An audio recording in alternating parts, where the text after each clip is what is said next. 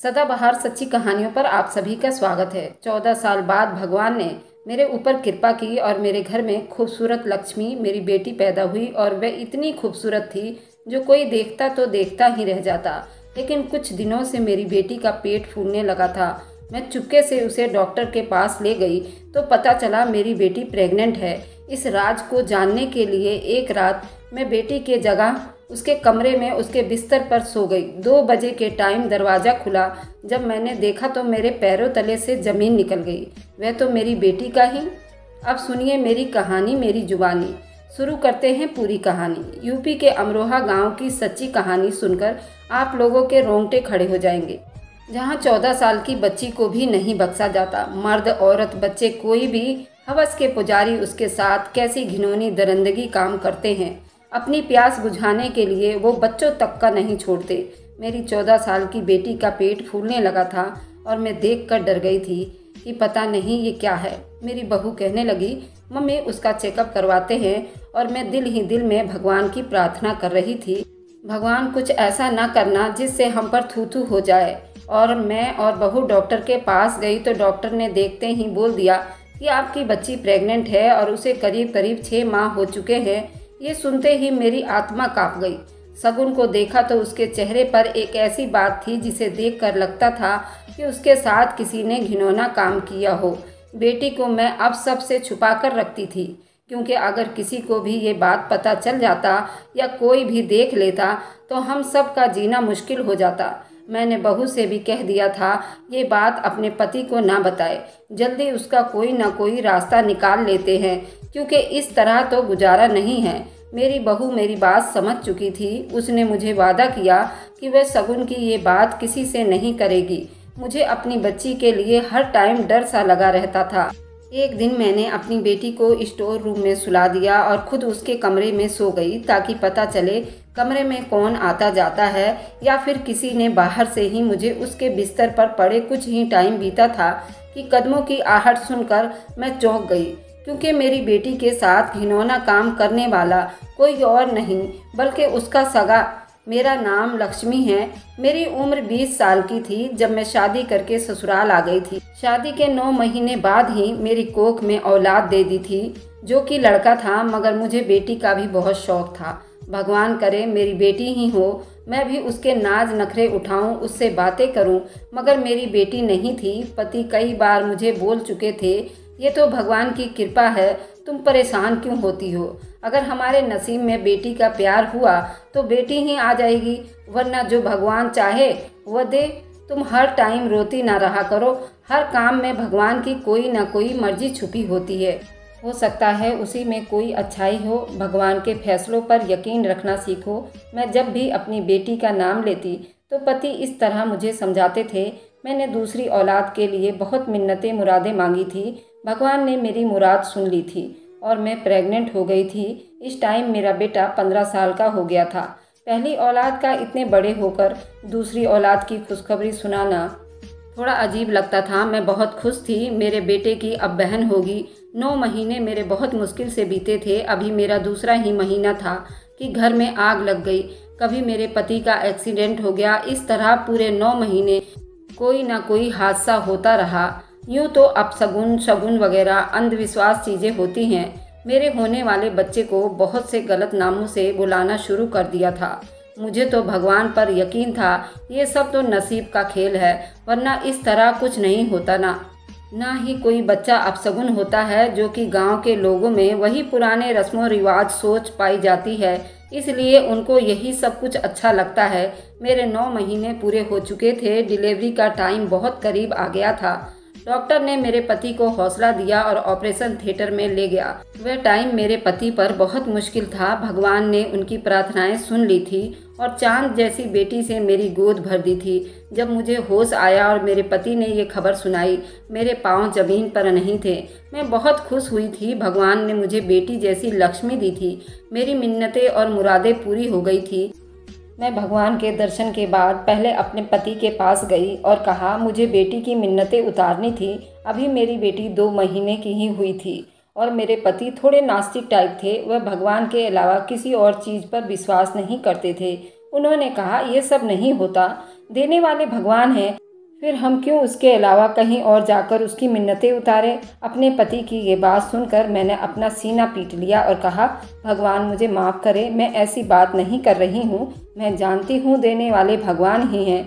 जो दिया है उससे मैं बहुत खुश हूँ, लेकिन मैंने जिस जिस दर पर मांगा है मैं उसको भेंट चढ़ाने जाऊंगी, चाहे दुनिया इधर से उधर हो जाए।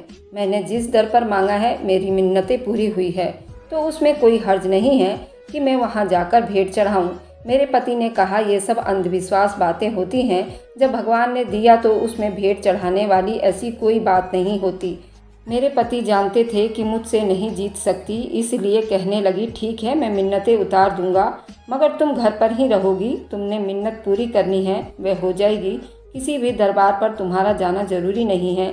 मुझे आम खाने से मतलब थी, गुठलियाँ क्यों गिरती। मैं उसी बात पर राजी हो गई। पति से कहा, ठीक है आपकी जैसी मर्जी आप कर लें। मैंने अपनी बेटी का नाम सगुन रखा था। सभी मेरे नाम पर हैरान थे, ये कैसा नाम है, मगर मुझे अपनी बेटी सगुन से कम नहीं लगती थी, इसलिए मैंने उसका नाम ही इसी नाम पर रख दिया। लेकिन इसका असल नाम पीहू निकला था। पीहू भी कहते थे।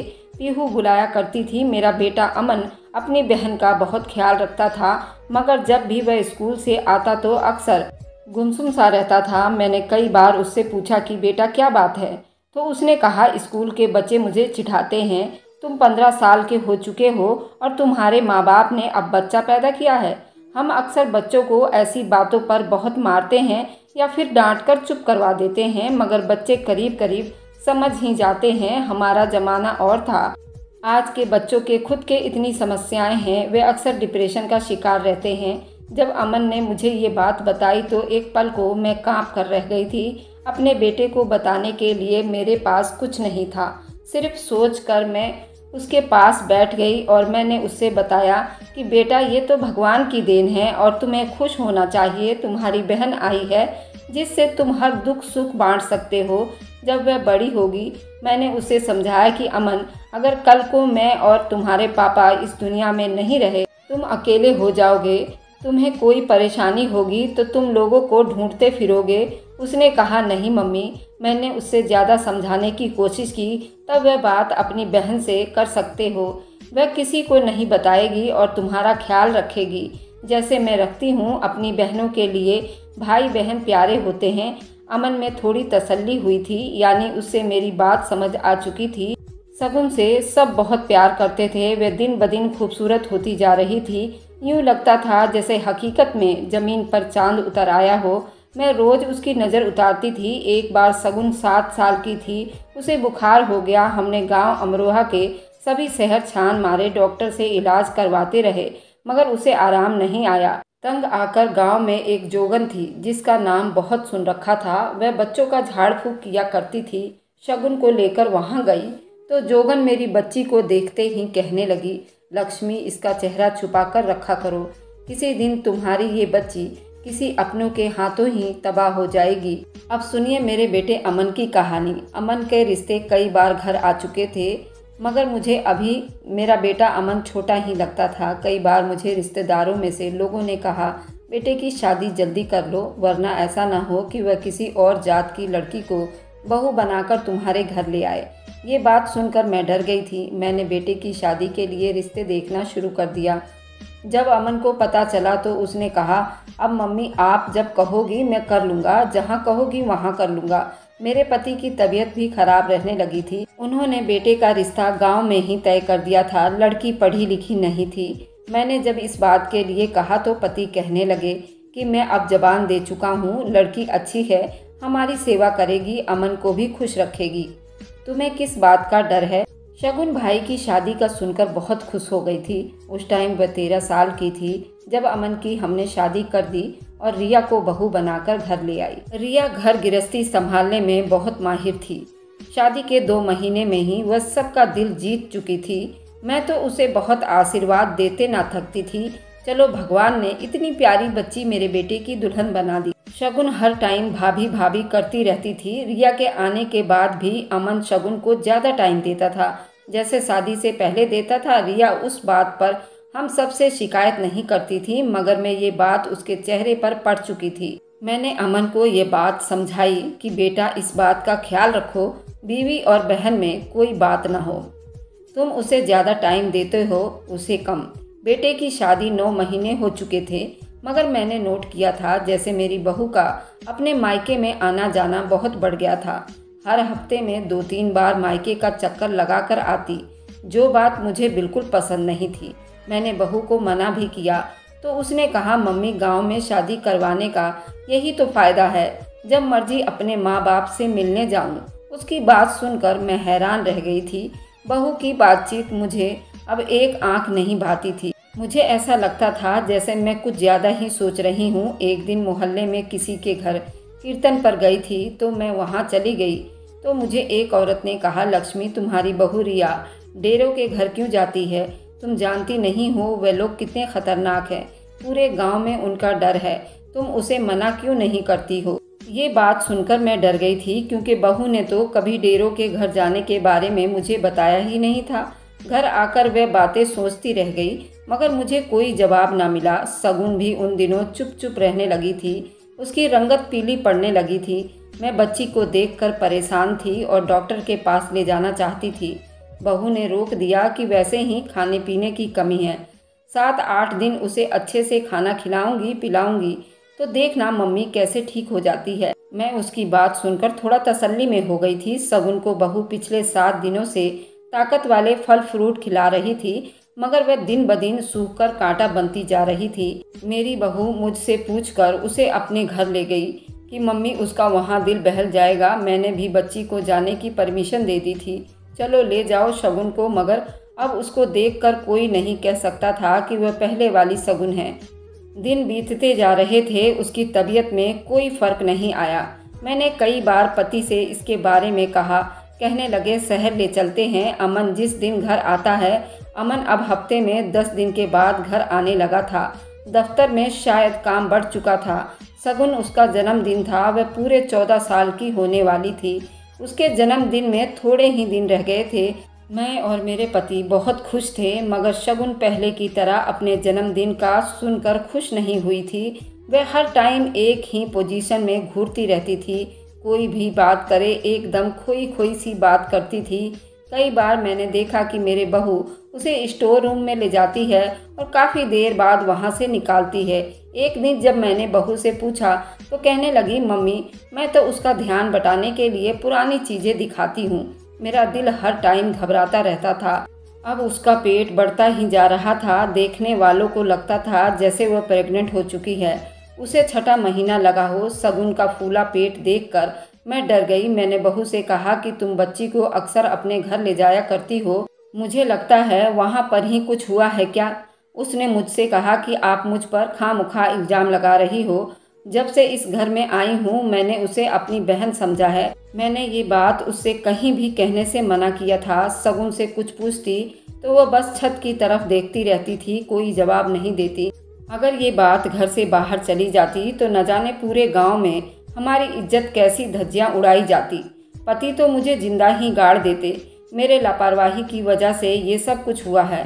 मैं और बहू से उस रात के टाइम से छुपाकर डॉक्टरनी के पास लेकर गई तो उसने देखते ही ऐसे राज का खुलासा किया, मैं तो जैसे ज़मीन में धंस गई।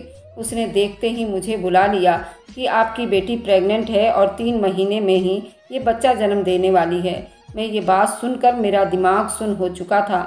मैंने डॉक्टर से कहा कि आप एक बार टेस्ट तो करके देखो।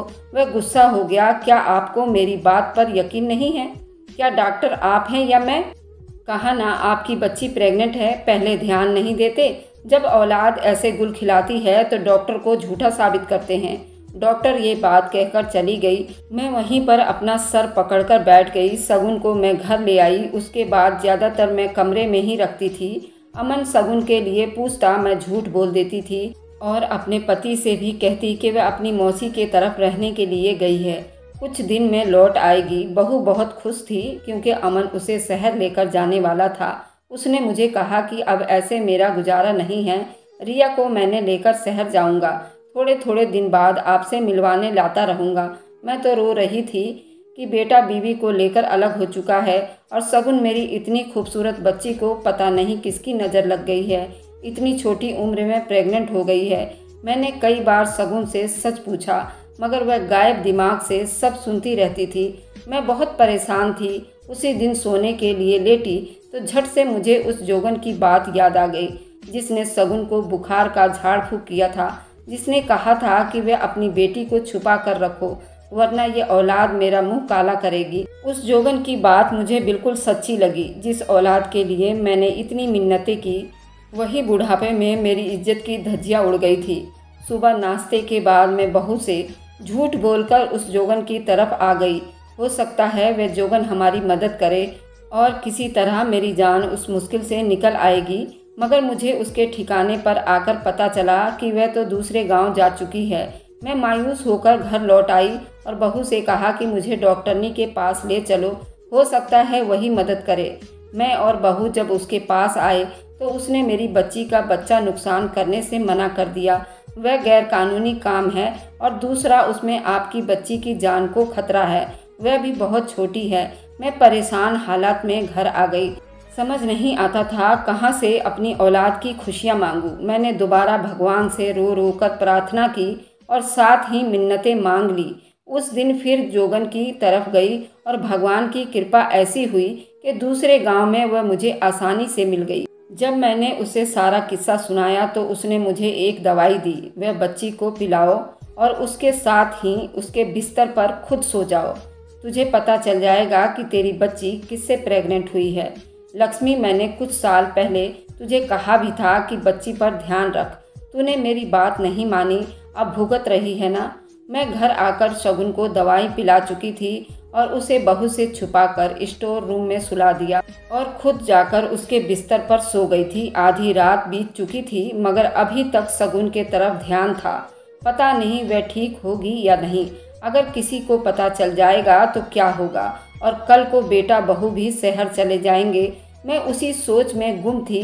कमरे में कदमों की आहट सुनाई दी। मैं अपना दम साधे लेटी रही थी। कुछ ही मिनटों के बाद कमरे में धुआं फैलना शुरू हो गया जो मेरे दिमाग को चढ़ा तो मैं फौरन चौंक कर उठी। उस टाइम कमरे में कौन हो सकता है, मगर जो ही मैं उठी मेरी आत्मा एकदम निकलने को थी, क्योंकि उस टाइम कमरे में कोई और नहीं बल्कि आधी रात को शगुन की सगी भाभी रिया थी।